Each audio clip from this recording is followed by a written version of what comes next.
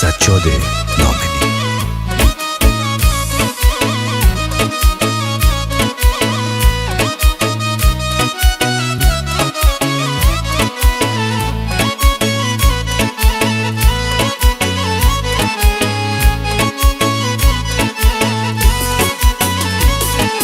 آغوش تنگ دنیا جایی برام نداره، سهم دل غریبم پاییز انتظاره.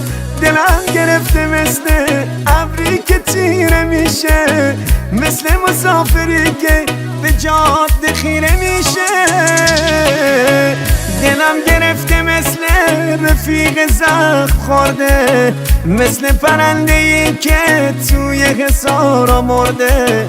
پرم شکسته تو قفس خدایا، بس که زدم نفس خدایا، بس که زدم نفس خدایا.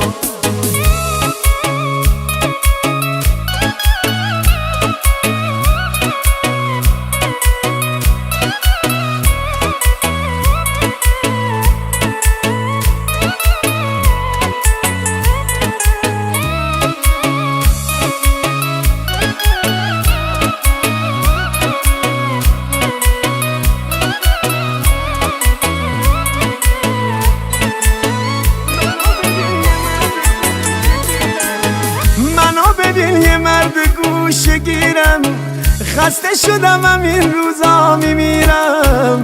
تو سرنوشت من غم نشادی، سهم من سلول انفرادی. تو سرنوشت من غم نشادی، سهم من سلول انفرادی.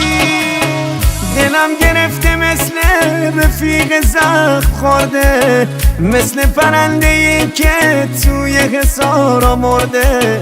پرم شکسته تو قفس خدایا، بس که زدم نفس خدایا، بس که زدم نفس خدایا.